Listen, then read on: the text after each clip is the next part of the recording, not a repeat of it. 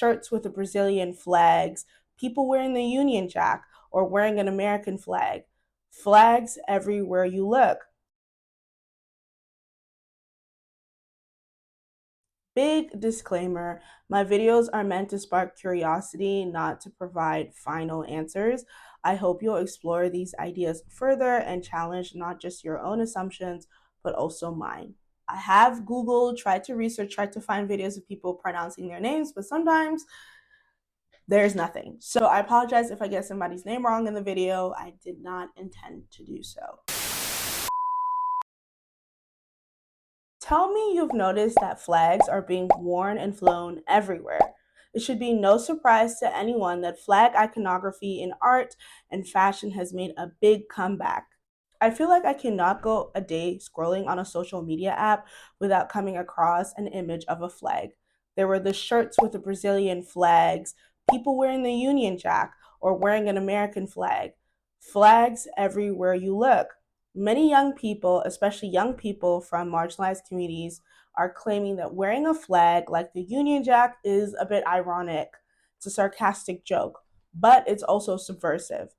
This then leaves me asking the question, can you really appropriate the national flag if you can never be a national subject? National flags are a symbolic gesture, allowing for the national subject and citizen to claim commonality, belonging, and identity. But what happens when you were never meant to be included or allowed access to citizenry and national subjectivity? What happens when citizenship is dependent upon exclusion and enforcing the boundaries of this exclusion? I want to make it clear. I argue that as citizenry and national identity has developed in the modern world through a politic of exclusion, one doesn't adequately subvert this exclusion by appropriating the national flag. Before you get your pitchforks out, I understand that a flag can be a symbol of unity, strength, power, and resistance, especially to those of us who are marginalized, people who are part of the Black diaspora, for indigenous sovereignty, and more. However, flags that are attached to nation states so often require a nationalist ardor that I don't really appreciate because ultimately my stance remains no gods, no masters, no genre of man, no caste, class, party, just the magic of our hands. First of all, what do I mean by a national flag? Flags originally were used mainly in warfare, and to some extent, they have remained the insignia of leadership, serving for the identification of friend or foe and as rallying points. But there's no clear place of origin for flags. Many scholars believe that what we could call proto flags come from ancient China. The Chinese used flags as lateral cloth attachments to staffs, following the invention of silk farming as the development of sericulture around 3000 BC brought new possibilities of producing light, enduring, and colorful flags used outdoors. One of the earliest cloth flags was also dated to the Egyptian Middle Kingdom around 2000 BC. The Roman Empire also used fabric flags. During the Middle Ages, the Arab world developed a tradition of using contrasting colors and inscriptions for different dynasties and leaders, and contributed to the modern flag tradition by inventing cloth flags with greater adaptability with their colors, affirming a dominant ethos. According to Gabriella Elgenius in her book Symbols of Nations and Nationalism, Celebrating Nationhood, these Arab military banners inspired the flags of Western Europe and were introduced during the Crusades due to conflicts between Christians and Muslims. Many of these national flags, their colors and designs were influenced by preceding coats of arms, which originally used to identify soldiers on the battlefield. Moreover, when we look at the early modern period in Europe, we see how flags evolved from religious and royal emblems into national symbols. The earliest known example, the Christian cross flag, served as a significant link between early religiously sanctioned communities and nations. The Crusader cross, which is a red cross on a white field, influenced the development of three main streams of cross flags, and over time, the display of such symbols became more formalized and restricted to monarchs and their representatives. After the Crusades, noble families began to turn their personal coats of arms into a formal system of heraldry, which tied the ruling classes to specific territories and local rights, through distinctive flags and symbols. This early visual system relied on a clear division between the elites, which were nobility and monarchs, and the general population. Yet, as Elgenius notes, these flags acted as predecessors to the modern flags that emerged. Many of these medieval flags continued into later centuries, shifting from representing faith and monarchy to expressing early forms of national identity. Danish, English, Scottish, Swiss, and Swedish cross flags, for example, were said to carry divine legitimacy and were often modeled after the imperial war flag of the Holy Roman Empire, which displayed a white cross on red. Later, a new visual language emerged with the introduction of tricolor flags. As Elgenius explains, the French and Russian flags came into influence other European tricolors, representing liberty and resistance to oppression through the three colors of liberty: red, white, and blue. The American Revolution further shaped this tradition. The stars and stripes became a symbol of a united people and a government grounded in supposed egalitarian ideals. By the end of the 18th century, following the American and French revolutions, the national flag had officially taken shape as part of broader struggles for self-determination across Europe. While the earlier cross flags reflected divine authority, tricolors embodied a secular turn. They supposedly stand for freedom, independence, and republicanism. Speaking of supposed freedom, independence, and republicanism, I think I would be remiss if I do not speak on two of the most pervasive and important national flags, the Union Jack and the American flag. I focus on the Union Jack and American flag because the citizens from these countries seemingly are some of the most patriotic, and there's just been more examples of flag iconography in art and fashion from those two countries. However, this does not mean that flag iconography is not rife in other countries. It's just that y'all really like to do it up in Britain and the United States. I don't know why, but y'all really love to do it up. It shows unity, right? So I don't think there's anything wrong with it. I think you need to proud where you live, innit? I was born and raised the way, respecting the flag, brought up protecting the flag. If they do try and ban it, it will cause massive drama. Every country has their own flag and it's not at all racist. They should be proud of it. And you can see Palestinian flags, so why not British flags? Would you ever vote for a party that said that this was divisive, that they thought that this flag was divisive? No, I wouldn't, because they've no sense of worth, really, have they? I'm very patriotic. I think we should have a flagpole. Definitely want the Union Jack up when is necessary. I don't like to see lots of other flags up, I must say. There's only one or two against it. It's not everybody.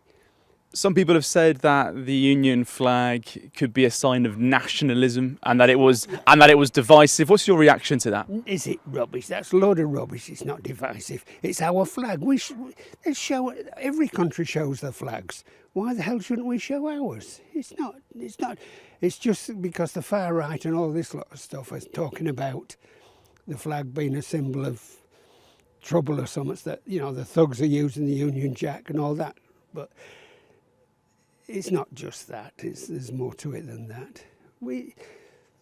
I want to see a flagpole, and I want to see the Union Jack when it's necessary.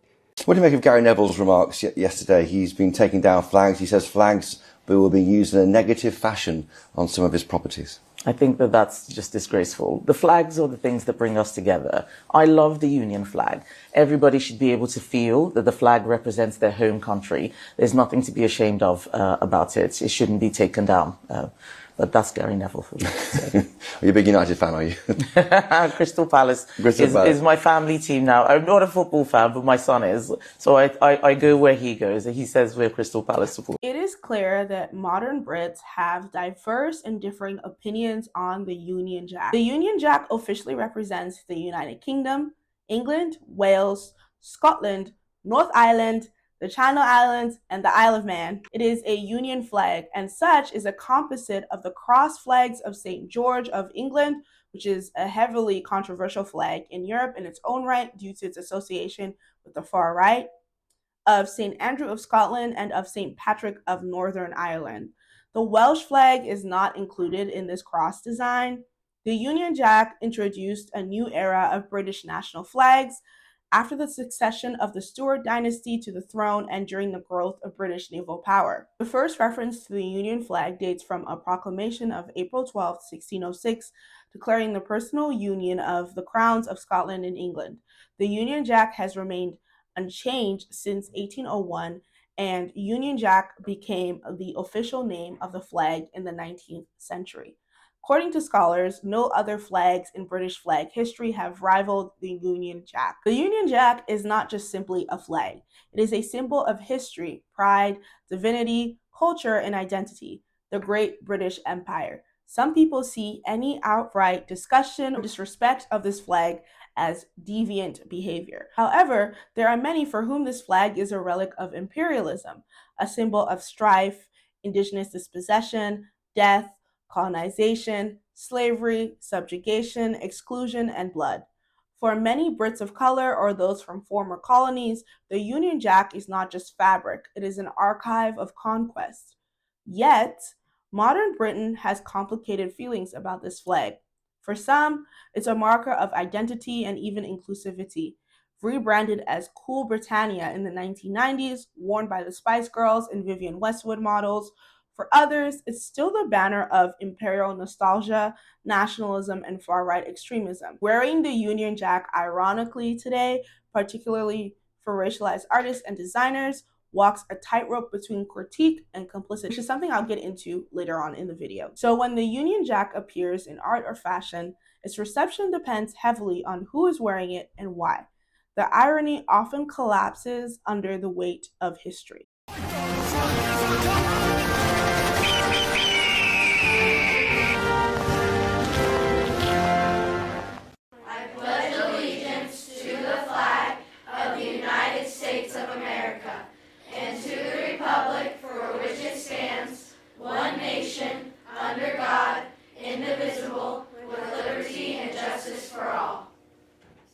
Finally here at 5, an act of patriotism, and it's caught on camera. A FedEx driver went above and beyond last week to show respect to the American flag. CBS 2's Meg Baker has the story.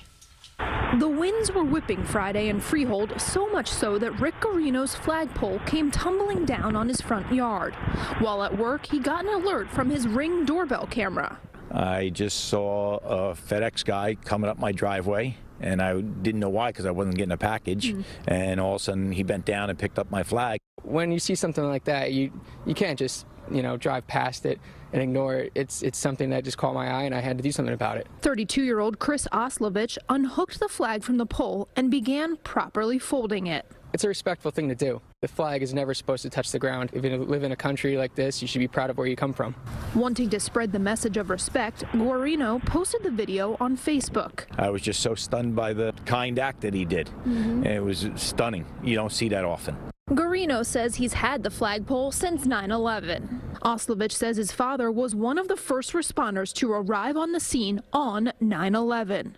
He learned how to properly fold the flag from him. His dad since passed away from cancer. Both of my grandfathers served in the war. My father was a Essex County Sheriff's officer, so I grew up in a pretty respectable, strict family. I like to think that I had a very good upbringing, and I like to pass on that positive image. The two patriots plan to meet in person later this week. Guarino says he needs to replace the flagpole and get a new American flag waving soon. In Freehold, New Jersey, Meg Baker, CBS 2 News. Oslovich is hoping to follow in his father's footsteps and has applied to several police departments to become an officer. Just doing the right thing. He has what it takes. That's right, because it's right. Political beliefs. If you see someone wearing an American flag on their shirt, do you racist? Yes. Yeah, it's very racist. Patriotic for me. Do you form any kind of opinion about them or no? Yes, 100%. Yes, definitely. And what is that? Republican. Yeah, probably like a Trumpy. Because they'd be the only ones brave enough to wear it in public. Brave enough to wear the American flag in public? Yeah, proud to wear it. Yeah. Can we be completely honest? Yeah. I mean America, I would just walk away. We come from Kansas, so we are around that a lot. So you guys are around a lot of American flags? Yeah. That they are very patriotic and love America. Good thing or bad thing? I think both. It could be someone that's super patriotic And usually I think that it's a little too much. Too much? Too much. So it's too much. Why is it too much? Well, I mean, I don't know that you need to, shout it out to the world. I mean, whatever your feelings are about, your country, I don't know, I think it's too much. I think that they're probably a diehard patriot. I think they have a reputation of being more Republican. I think it's more of a lot of people correlate it with racism and stuff like that. So I think it really depends on the person, the kind of car. You obviously have that correlation in your head. So you would kind of maybe associate it with Republicans and or racism. Is that correct? The American flag carries a different kind of gravity. Its mythology is deeply intertwined with the birth of the nation itself, the land of the free. Built on stolen indigenous land and enslaved black labor, the Stars and Stripes emerged during the Revolutionary War as a banner of defiance against empire, only to become an empire's banner in its own right. Americans are fiercely attached to their flag.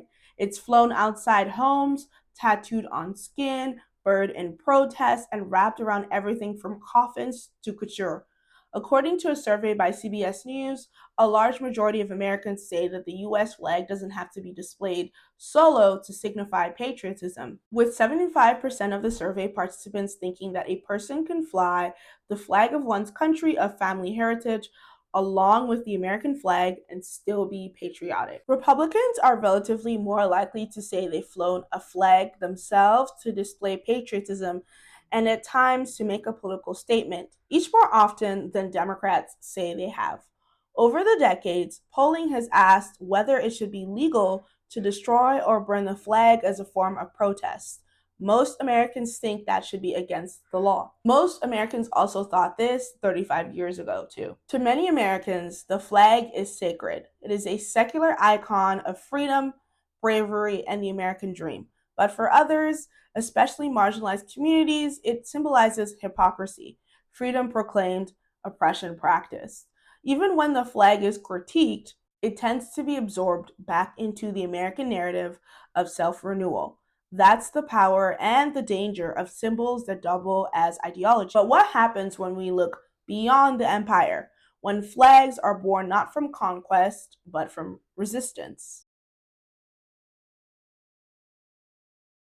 Here's where things shift.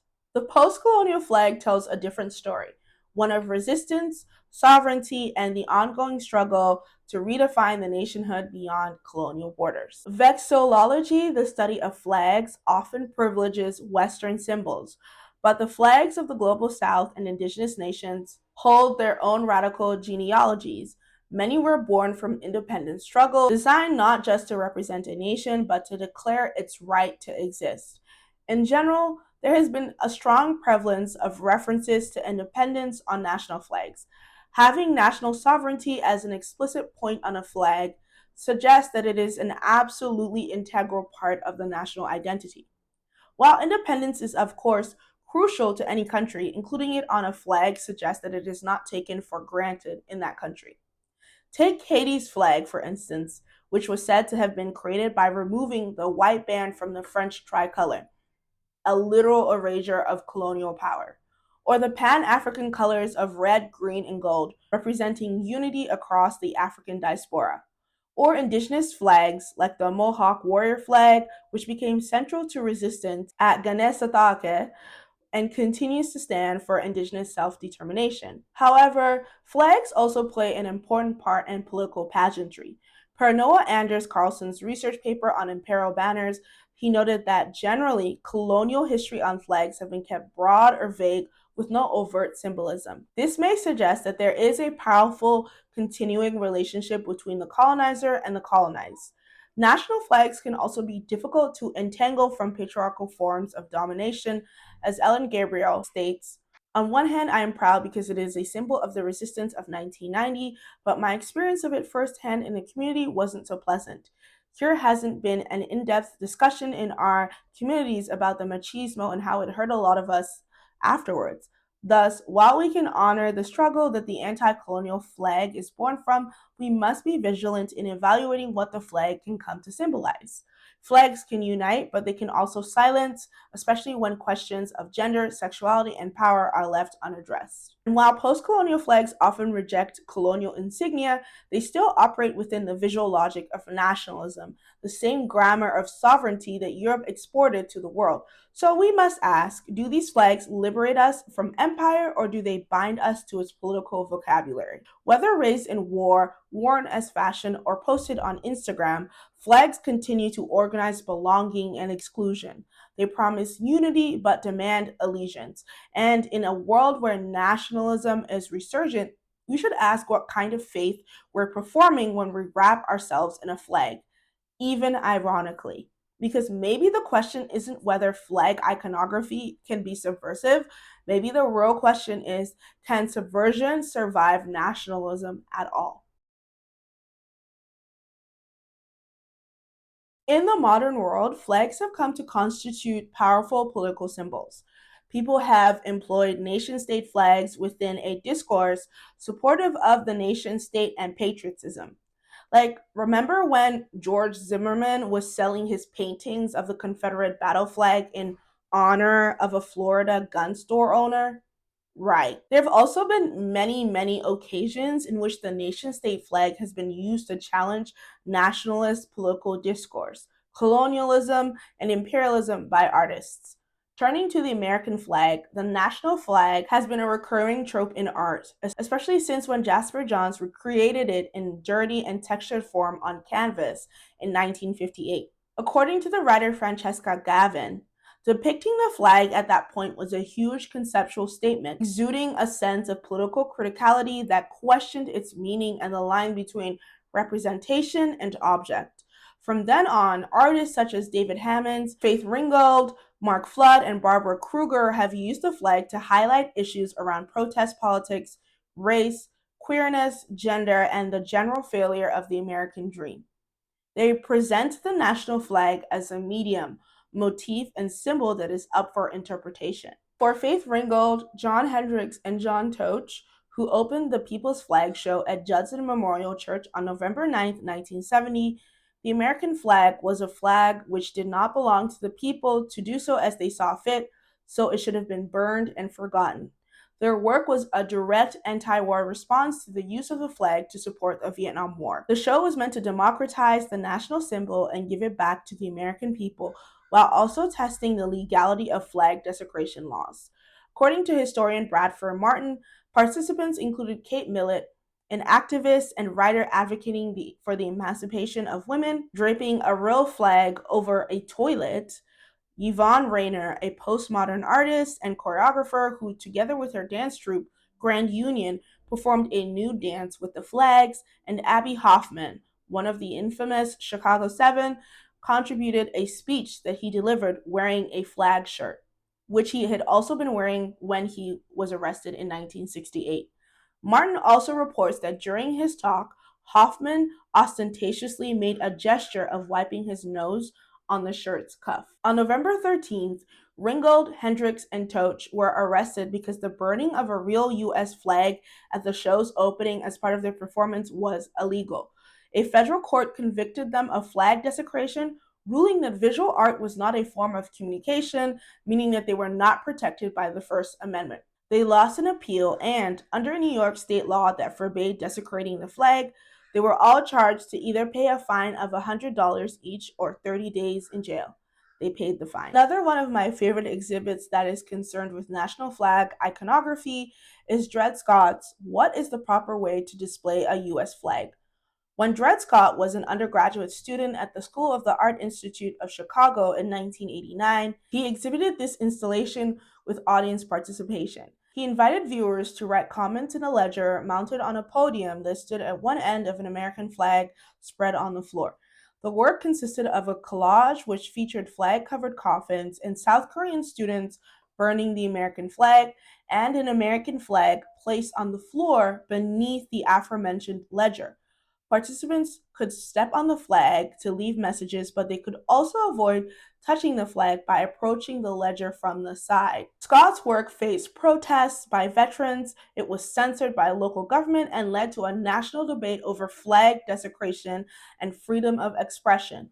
Scott was publicly denounced by the US Senate, and President George H.W. Bush declared the work disgraceful. In July 1989, he was arrested along with 3 other protesters for burning the American flag on the steps of the US Capitol in defiance of the Flag Protection Act of 1989. Almost a year later, the Supreme Court ruled in favor of the protesters, defining flag burning as protected speech.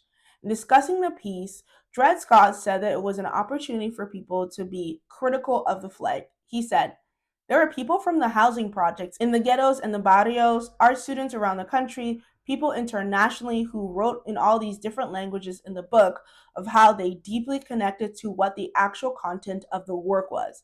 Allowing people from the projects to have an equal footing to discuss what the US flag is, as an art critic or a senator or a person who wears a flag pin on their lapel, that's uncommon, and that's why the work is particularly rich." There are other works such as Tanoa Sasraku's film, in which Sasraku uses flag motifs to reveal British colonialist exploitation.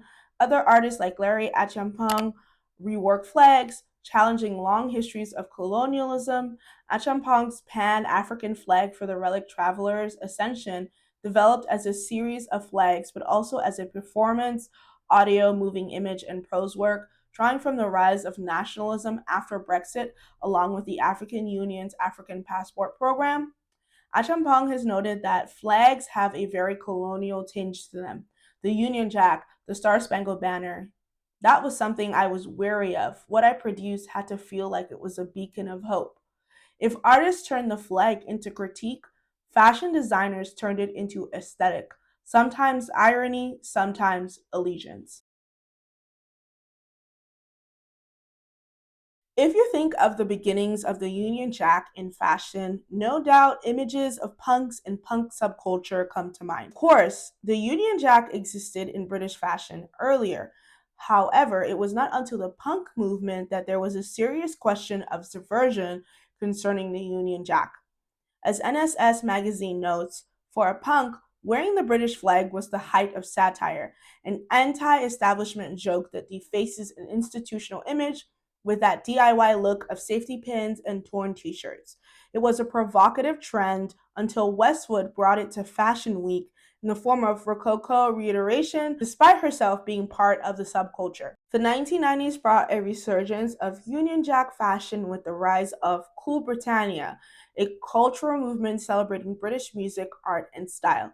Bands like the Spice Girls and Oasis embraced the Union Jack, with Jerry Halliwell's iconic Union Jack dress at the 1997 Brit Awards becoming a defining moment. Meanwhile, in America, the American flag was worn by the most conservative Republicans, printed on camouflage shirts with the eagle.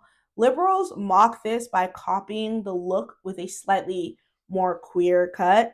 The flag was worn by hippies who protested against the Vietnam War, and on the runway, it was used by designers like Miguel Androver, Jeremy Scott, and Marc Jacobs to make a statement. Yet, as NSS magazine observes, for several years, starting from the 9/11 attacks in 2001, the opposite happened, and even the least politically inclined stars of pop culture appeared in public wearing the American flag, a phenomenon that years later gave rise to the ideological transformation of the flag as a hot graphic, primarily under the guidance of Lana Del Rey. In that case, no one forgets the denim micro shorts with star-spangled pockets. However, to some, there had always been a sense that wearing a national flag was kind of uncool. As I've noted, there have been repeated attempts to tap into a flag's cultural cachet. For instance, Liam Gallagher and Patsy Kensit nestled inside a red, white, and blue bedspread on a 1997 cover of Vanity Fair. Or when Taylor Swift wore a tiny top hat during the British invasion portion of the Victoria's Secret show. If you don't know what post-irony is, post-irony describes a state where irony and sincerity kind of collapse into each other, where it's hard to tell if someone is being serious, joking, or both at once.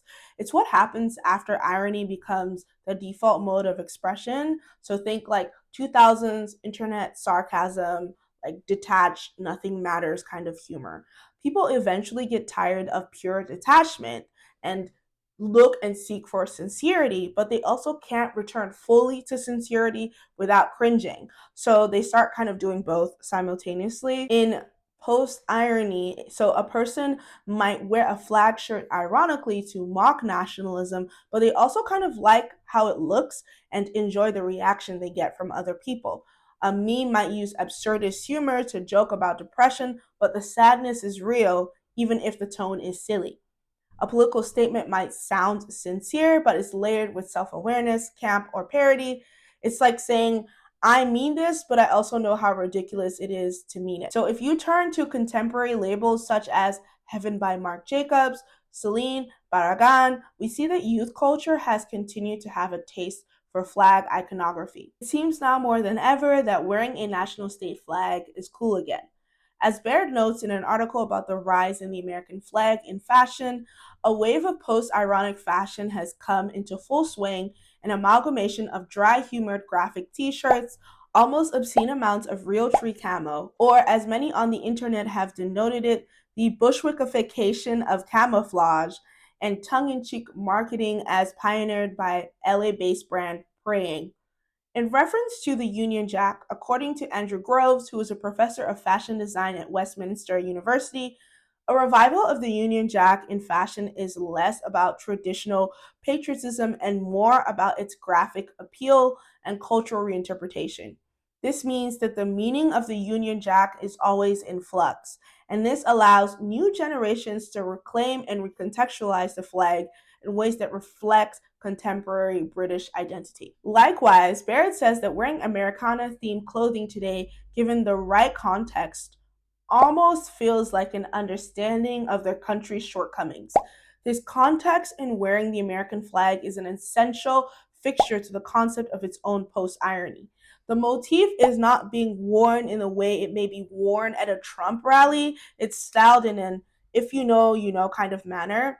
This idea of being an uber proud American has become ironic in of itself. The things that an American traditionally would be proud of, most specifically, freedom, eagles flying, are under threat. In this era of chaoticism, a surefire way that the youth culture of today has used to cope is humor, to mock the very thing that threatens us. However, I think it would be extremely naive to believe that everyone is engaging with flag iconography in an ironic way. In Elliot Host's article with Days Digital, Host states that some young people are wearing the flag without irony. For instance, Connor, a 21-year-old fashion student in Manchester, owns around 7 or 8 Union Jack pieces that he's bought on Vinted, Depop, and from charity shops. He told Host, personally, it has a bit of nostalgic feel because when I was younger, I had a Union Jack themed bedroom, and that's where my obsession grew. I'm kind of always drawn to Union Jack themed pieces. We saw this same unironic embrace of the flag with Doja Cat cosplaying as Ginger Spice at Wireless and designer Dilara Findikolu posting the couture piece next to the caption, truly proud and grateful, followed by a Union Jack emoji. So for many of today's youth, supposedly donning on the flag is more about irony and being excluded from the national body politic and then claiming that nation state anyhow, especially if you come from a marginalized community within the state. However, can we call this subversion? To really think this through, we have to think about identity, citizenship, and nationalism. For people like Rachel Chinariri, who is also an artist, the revival of flag iconography is a question of belonging. She said to Days, what's cool is I'm seeing lots of Black, POC, and queer people doing it now. Like other Black British artists such as Nia Archives, Chinariri has incorporated Union Jack iconography into her aesthetic, and she has said it has not been for irony's sake. She told Days that her entire album was based around what it was like growing up being Black in Britain. She said that she remembered first seeing the Britpop aesthetic as a kid and thinking it was cool, but she never felt like she could be a part of it because she never saw people who looked like her embracing it. Once she grew up and knew why, she was determined to be part of highlighting the cultural significance of what Black people have done for UK pop culture and not allow its erasure. Another Black British artist who reps the Union Jack, Lava LaRue, said to Days that they had noticed on quite a shallow pseudo Britpop Oasis flex that there had been a Union Jack resurface in fashion. This had nearly put them off their own use of the iconography, but they continued to wear it because of a personal cause. To a certain extent, I understand this impulse and this point. As a person who is part of any Afro diaspora, your identity and experiences differ from those on the continent. We have not been left unchanged because a lot of us live in the belly of the beast, the imperial core. For instance, when I went back to Nigeria when I was 15, many people called me an Oyibo. Oyibo means foreigner or white person. And at the time, I was really offended. I was immediately offended. In the 8 years that I had lived in Canada, no one had treated me like I was white. Matter of fact, it was the complete opposite. So imagine my frustration and sadness in being called a white person when I went back to what was supposedly my home. Upon reflection, once I returned to Canada, I realized that in some ways it was true. I was a foreigner. I had been changed by living in Canada. Moreover, I occupied a completely different position in the world because I am a Canadian national. I have a Canadian passport. I can traverse the world more easily than the people back home. This was not really about exclusion. Well, not completely. It was also about power. It was about recognizing the difference in power between those of us in the diaspora and those of us on the continent. Do you see how it was possible for me to feel excluded and be excluded within a Canadian national body politic, but go back to Africa and be treated as a foreigner? You know, it's complicated, but I also want to really highlight that when I'm talking about citizenry, I'm not talking about material citizenship. I'm not talking about a passport alone. I am talking about belonging, what the nation state says about itself, the mythos the nation state has built for itself, which in the Americas is exclusion. It is completely 100% exclusion. However, I might hold a Canadian citizenship. However, that does not mean I am a Canadian citizen in the sense of belonging, and I am not seen as a national subject. Do we get that? And so, yes, for many people who have been historically excluded by the colonial nation state, reclaiming the flag is a question of affirming one's own belonging. To some people, it is important to recognize oneself as insert Afro diasporic Western colonial nation state because it allows one to be tethered somewhere, not just floating around. It also signals that the diasporic Western colonial nation state has some form of responsibility and connection to you, and you belong somewhere. Additionally, by recognizing this reality of one's national identity, it can be easier to facilitate creating institutions for generations of Black people that come after. So I understand this perspective. However, I'm still left with the question of if this colonial national flag iconography can be subversive, because what I'm hearing does not really sound like subversion to me. Does a colonial flag really lose all of its meaning just because a Black person is standing in front of it or wearing it? No, I don't think so. Especially because of elite capture due to neoliberalism, which has played a part in getting us to this nationalist, fascist point. People who have been historically excluded from the nation state have just now been folded into the image of the nation state. Moreover, many of us have become tools of the imperialist war machine, destroying the lives of other Black people and people of color on the other side of the world and at home. If you are interested in reading more about elite capture, I would suggest reading Olufemi Taiwo's book, Elite Capture. In comparison to disavowing or destroying the colonial national flag, or even flying resistance flags, flags like the African American flag, the Black American Heritage flag, the African Nova Scotian flag, the Haitian flag, flags of indigenous nations, and many more flags that try to challenge the symbols of colonial history, we are seeing people wearing and flying the flags of colonial states. That is really strange. That is very strange and weird. That makes no sense to me. Why would you fly the American flag and not fly the African American flag? These are the questions I want y'all to ask yourselves. So how can we call this subversion? It is very obvious to me that the true goal of many of us who have been excluded from the nation state is assimilation. It is state recognition. We too want to belong and want to be able to say that we not only exist in the national body politic, but that we are instrumental in building up the national body politic. To me, to propagate such a justification is to believe in the mythos of insert slave producing Afro-diasporic Western colonial nation state.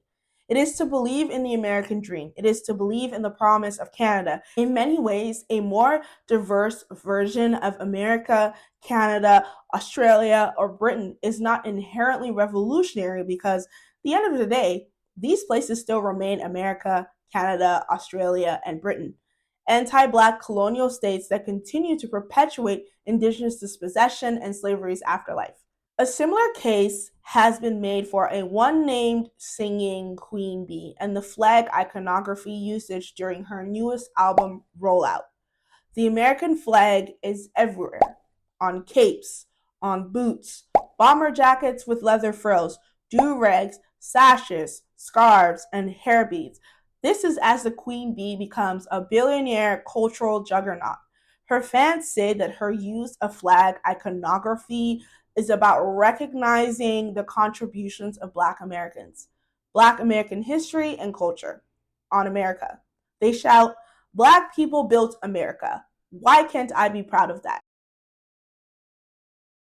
The American state has been built upon the denial of your humanity and personhood, slavery, indigenous genocide, and indigenous land dispossession. The people who were forcibly removed from Africa did not want, nor did they have any business building up America. They did so under the threat of their lives. The flag was not flown in their favor. It has never been. Why would you want to belong somewhere and something that does not want you and has built its sense of self upon a denial of you? As Derek Purnell notes, people can be susceptible to feeling entitled to what they have been denied, whether that's the recognition for musical genius or the desire to be viewed as an American. Notwithstanding the Olympics, the US denies Black people full civic and social citizenship. Black people may fight for rights in land, join the military, seek office, demand awards, secure the bag, secure multiple bags, and whatever else it takes for representation. After all, what are the other options? Where else will we go? The pervasive idea that Black people built America and are therefore entitled to its flag, pride, and positions of power can miss that much of what this country is and does is poisonous. As much as Beyonce's fans could wear star-spangled outfits at day parties this summer because their ancestors built the US, they could just as easily burn all of them if they choose to honor different ancestors. It is a choice. There is no Black citizenship in the Americas. There is no Black citizenship or belonging to the colonial and anti-Black nation state across the diaspora so long as anti-Blackness remains. So where does this leave us? What does it mean for Black people within the diaspora to claim ownership and belonging to insert slave-producing Afro-diasporic Western colonial nation state? Can Black people recognize the cultures they have created within the diaspora and also identify with a nation state that orders the conditions for Black suffering, subjugation, and death? Why would anyone even want to identify with a state that has conditioned citizenship through your exclusion as a Black person? These are the questions I want all of us to be thinking about when we reach for our ironic flag outfit or see another celebrity bathed in a national flag. As Derek Purnell says, hopefully we are not so desperately flagless that we are willing to cling to an empire that is killing us and many others around the world for aesthetic pride. Because maybe the point isn't to reimagine the flag, maybe it's to imagine something else entirely. beyond flags, beyond borders, beyond belonging as we've been taught to desire it. Sorry guys, I just realized I never filmed an outro for this, but you know what to do. Follow me on TikTok. I post way more often on there. Follow me on Instagram. I don't be posting on there. I'm kind of scared of that app, I'm not gonna lie. And you can also follow me on Substack, where I think I'll be converting some of this video into an essay. So there should be an essay on there on Substack by the time this is published on YouTube. I also apologize for taking so long from making my last video. It's just a lot can happen in a year. I was really busy. I had a lot going on. But things have calmed down a lot more now. And while this is my last video for the year, I have been sitting on this video for like 6 months. I wrote the script, well, most of the script in like 2 days. And then I just kind of percolated on it. I was working on it, and then I had to work on some parts, and then I was just procrastinating. And then I finally hit November, and I was like, okay, we got to get this work done. So yeah, I'm so sorry it took so long, but I'm glad that it's together now and it's up. I would really love to hear what you guys thought. I would really love to hear your ideas, your comments, your feelings, your answers to the question, or your ganders or your questions. Please leave them in the comments and we can continue the dialogue in the comments below. See y'all in the next one, and have a happy holiday as well. Bye y'all. See y'all in the next year.